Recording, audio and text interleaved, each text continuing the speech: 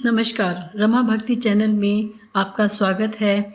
आज मैं आपको शनिवार व्रत कथा कहने जा रही हूँ, लेकिन इन सब से पहले आप मेरे चैनल को लाइक करें, सब्सक्राइब करें और शेयर करें। तो आइए शुरू करते हैं शनिवार की व्रत कथा। एक समय सूर्य, चंद्रमा, मंगल, बुध, बृहस्पति, शुक्र, शनि और राहु, केतु इन ग्रहों में आपस में विवाद हो गया कि हम में आपस में सबसे बड़ा कौन है। सब अपने आप को बड़ा कहते थे। जब आपस में कोई निश्चय न हो सका तो सब आपस में झगड़ते हुए देवराज इंद्र के पास गए और कहने लगे कि आप सब देवताओं के राजा हैं, इसलिए आप हमारा न्याय करके बतलाएं कि हम नवों ग्रहों में सबसे बड़ा ग्रह कौन है। देवराज इंद्र देवताओं का प्रश्न सुनकर घबरा गए और कहने लगे कि मुझ में यह सामर्थ्य नहीं है कि मैं किसी को बड़ा या छोटा बतला सकूं। मैं अपने मुख से कुछ नहीं कह सकता। हाँ, एक उपाय हो सकता है। इस समय पृथ्वी पर राजा विक्रमादित्य दूसरों का दुखों का निवारण करने वाले हैं, इसलिए आप सब मिलकर उन्हीं के पास जाएं और वही आपके विवाद का निवारण करेंगे। सभी ग्रह देवता देवलोक से चलकर भूलोक में जाकर राजा विक्रमादित्य की सभा में उपस्थित हुए और अपना प्रश्न राजा के सामने रखा। राजा विक्रमादित्य ग्रहों की बात सुनकर गहरी चिंता में पड़ गए कि मैं अपने मुख से किसको बड़ा और किसको छोटा बतलाऊंगा। छोटा जिसको बतलाऊंगा वही क्रोध करेगा। उनका झगड़ा निपटाने के लिए उन्होंने एक उपाय सोचा। सोना, चांदी, कांसा, पीतल, सीसा, रांगा, जस्ता, अभ्रक और लोहा 9 धातुओं के 9 आसन बनवाए। सब आसनों को क्रम से जैसे सोना सबसे पहले और लोहा सबसे पीछे बिछाया गया। इसके पश्चात राजा ने सब ग्रहों से कहा कि आप सब अपना अपना आसन ग्रहण करें। जिसका आसन सबसे आगे वह सबसे बड़ा और जिसका आसन सबसे पीछे वह सबसे छोटा जानिए। क्योंकि लोहा सबसे पीछे था और वह शनिदेव का आसन था, इसलिए शनिदेव से समझ लिया कि राजा ने शनिदेव को सबसे छोटा बना दिया है। इस निर्णय पर शनिदेव को बहुत क्रोध आया। उन्होंने कहा कि राजा, तू मेरे पराक्रम को नहीं जानता। सूर्य एक राशि पर 1 महीना, चंद्रमा 2.25 महीना 2 दिन और मंगल 1.5 महीना, बृहस्पति 13 महीने, बुध और शुक्र 1-1 महीने विचरते हैं, परंतु मैं एक राशि पर 2.5 वर्ष से लेकर 7.5 वर्ष तक रहता हूँ। बड़े बड़े देवताओं को भी मैंने भीषण दुख दिया है। राजन सुनो, श्री रामचंद्र जी को 7.5 आई और उन्हें वनवास हो गया।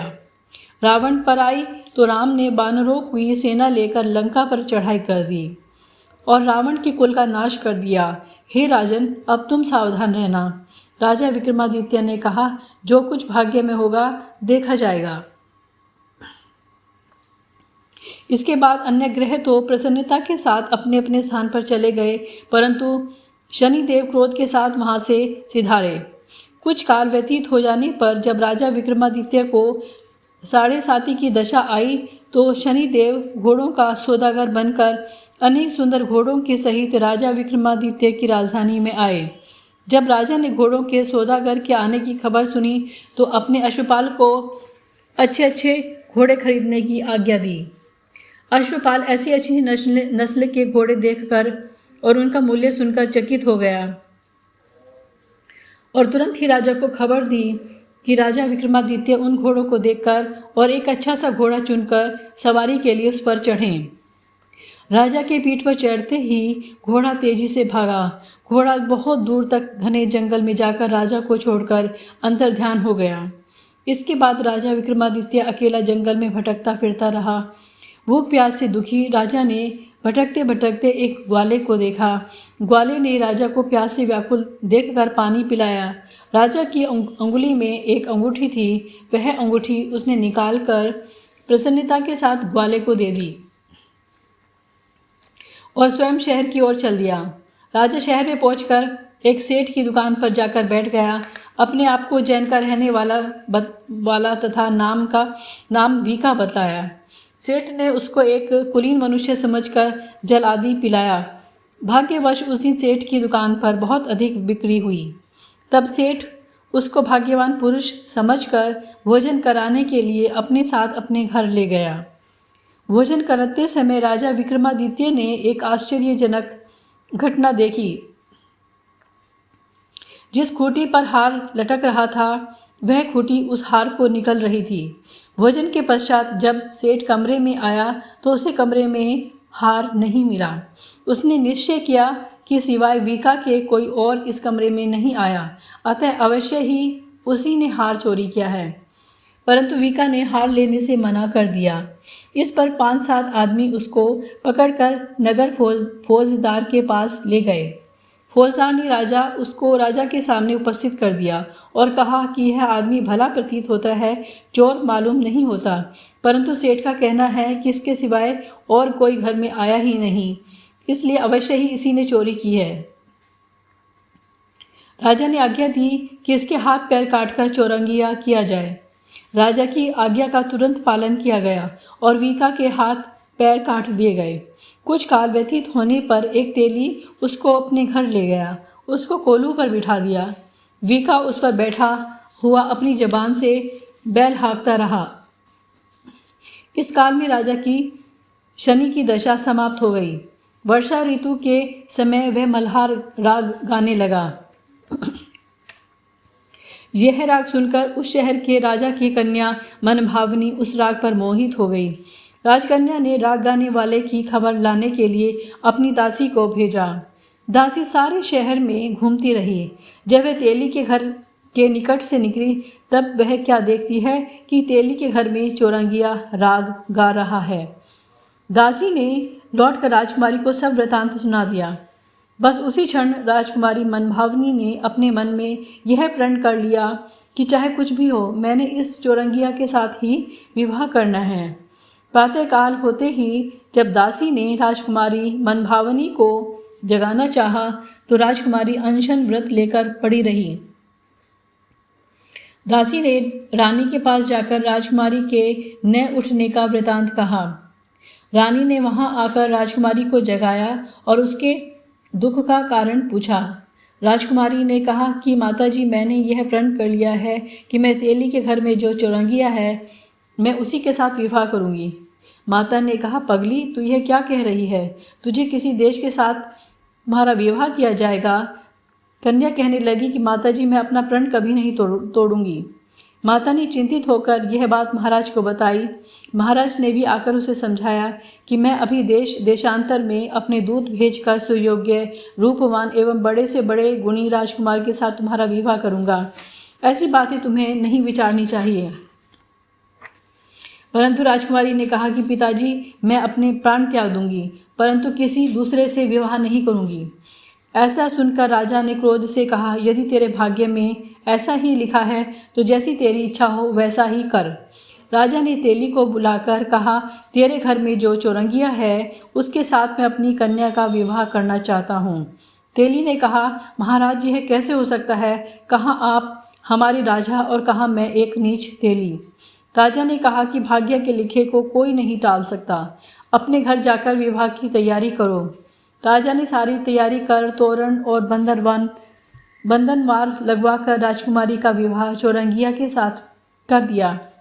रात्रि को जब विक्रमादित्य और राजकुमारी महल में सोए तो आधी रात के समय शनिदेव ने विक्रमादित्य को स्वप्न दिया और कहा कि राजा, कहो, मुझको छोटा बतलाकर तुमने कितना दुख उठाया। राजा ने शनिदेव से क्षमा मांगी। शनिदेव ने राजा को क्षमा कर दिया और प्रसन्न होकर विक्रमादित्य को हाथ पैर दिए। तब राजा विक्रमादित्य ने शनिदेव से प्रार्थना की कि महाराज, मेरी प्रार्थना स्वीकार करें। जैसा दुख आपने मुझे दिया है ऐसा और किसी को न दें। शनिदेव ने आश्वासन देते हुए कहा, तुम्हारी यह प्रार्थना स्वीकार है। जो मनुष्य मेरी कथा सुनेगा या कहेगा उसको मेरी दशा में कोई दुख नहीं होगा, और जो नित्य ही मेरा ध्यान करेगा या चींटियों को आटा डालेगा उसके सब मनोरथ पूर्ण होंगे। इतना कहकर शनिदेव अपने धाम को चले गए। जब राजकुमारी मनभावनी की आंख खुली, उसने चौरंगिया का हाथ पांव सहित देखा तो आश्चर्यचकित हो गई, जिसको देखकर राजा विक्रमादित्य ने अपना समस्त हाल कहा कि मैं उज्जैन का राजा विक्रमादित्य हूँ। यह घटना सुनकर राजकुमारी अत्यंत प्रसन्न हुई। प्रातःकाल राजकुमारी से उसकी सखियों ने पिछली रात का हालचाल पूछा तो उसने अपने पति का समस्त वृतांत कह सुनाया। तब सबने प्रसन्नता प्रकट की और कहा कि ईश्वर ने आपकी मनोकामना पूर्ण कर दी। जब उस सेठ ने यह घटना सुनी तो वह राजा विक्रमादित्य के पास आया और उनके पैरों पर गिरकर क्षमा मांगने लगा कि आप पर मैंने चोरी का झूठा दोष लगाया, आप मुझे जो चाहें दंड दें। राजा ने कहा, मुझ पर शनिदेव का कोप था, इसी कारण यह सब दुख मुझको प्राप्त हुआ। इसमें तुम्हारा कोई दोष नहीं है, तुम अपने घर जाकर अपना कार्य करो। सेठ बोला, महाराज मुझे तभी शांति मिलेगी जब आप मेरे घर चलकर प्रीतिपूर्वक भोजन करेंगे। राजा ने कहा, ठीक है, जैसे आपकी इच्छा हो वैसा ही करेंगे। सेठ ने अपने घर जाकर अनेक प्रकार के सुंदर व्यंजन बनवाए और राजा विक्रमादित्य को प्रीति भोज दिया। जिस समय राजा भोजन कर रहे थे, एक अत्यंत आश्चर्यजनक घटना सबको दिखाई दी। जो खूंटी पहले हार निकल गई थी, वह अब हार उगल रही थी। जब भोजन समाप्त हो गया तो सेठ ने हाथ जोड़कर बहुत सी मोहरें राजा को भेंट की और कहा, मेरी श्री कवरी नामक का एक कन्या है, आप उसका पाणी ग्रहण करें। राजा विक्रमादित्य ने उसकी प्रार्थना स्वीकार कर ली। तब सेठ ने अपनी कन्या का विवाह राजा के साथ कर दिया और बहुत सा दान दहेज आदि दिया। कुछ दिन तक राजा उस राज्य में निवास करने के पश्चात राजा विक्रमादित्य ने अपने ससुर राजा से उज्जैन जाने की इच्छा जताई। कुछ दिन बाद विदा लेकर राजकुमारी मनभावनी, सेठ की कन्या श्री कवरी तथा दोनों जगह दहेज में प्राप्त अनेक दास दासी रथ और पालकियों सहित राजा विक्रमादित्य उज्जैन की तरफ चले। जब वे शहर के निकट पहुँचे और पूर्ववासियों ने राजा के आने का संवाद सुना तो उज्जैन की समस्त प्रजा अगवानी के लिए आई और प्रसन्नता से राजा अपने महल में पधारे। सारे नगर में भारी उत्सव मनाया गया और रात्रि को दीपमाला की गई। दूसरे दिन राजा ने पूरे राज्य में यह घोषणा करवाई कि शनि देवता सब ग्रहों में सर्वोपरि हैं। मैंने इनको छोटा बताया, इसी से मुझको यह दुख प्राप्त हुआ था। इस प्रकार सारे राज्य में सदा शनिदेव की पूजा और कथा होने लगी। राजा और प्रजा अनेक प्रकार के सुख भोगती रही। जो कोई शनिदेव की इस कथा को पढ़ता या सुनता है, शनिदेव की कृपा से उसके सब दुख दूर हो जाते हैं। व्रत के दिन शनिदेव की कथा को अवश्य पढ़ना चाहिए और काले वस्त्र और काले तिल जरूर दान किए जाने चाहिए। आपको यह कथा कैसी लगी और कमेंट में अपने जय शनिदेव जरूर लिखिएगा। धन्यवाद।